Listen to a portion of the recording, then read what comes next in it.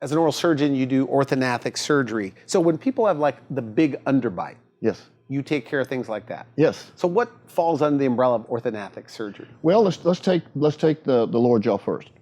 Somebody whose lower jaw is too big, you know, and their lower jaw sticking way out there like that, and they have a big underbite, as you say.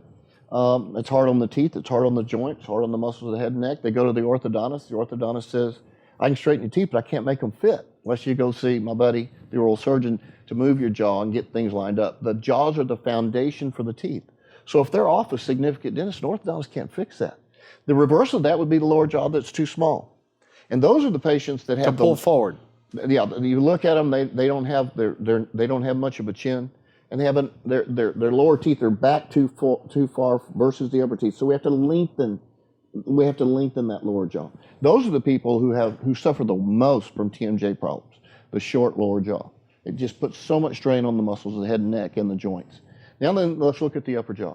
The upper jaw can either be too big or too small also. When it's too big, patient has trouble closing their mouth, and they have a gummy smile when they smile. And Randy, those people have terrible problems with the upper respiratory tract. My research as a resident was on this procedure, and we showed a significant improvement in breathing airflow after that upper jaw is moved up to where it belongs, and an improvement in respiratory health.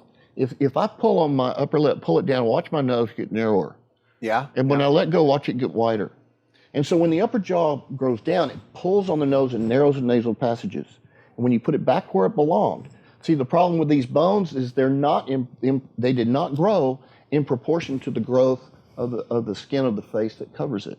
So it's like having a mask on the wrong size face. And so our job is to fix the bones of the face to match the mask. Is this mostly young people? 17, 18, 19? No. I mean, it's whenever people decide to do something about it. Okay. And so I would say 2/3 of my patients are between the ages of the teenage years and 30, and 1/3 of them are older patients, all the way up to 70s. Are things getting better as far as downtime over the years? Oh yes, Techniques? no doubt. No doubt, because of mainly rigid fixation, where we don't have to wire the teeth together anymore.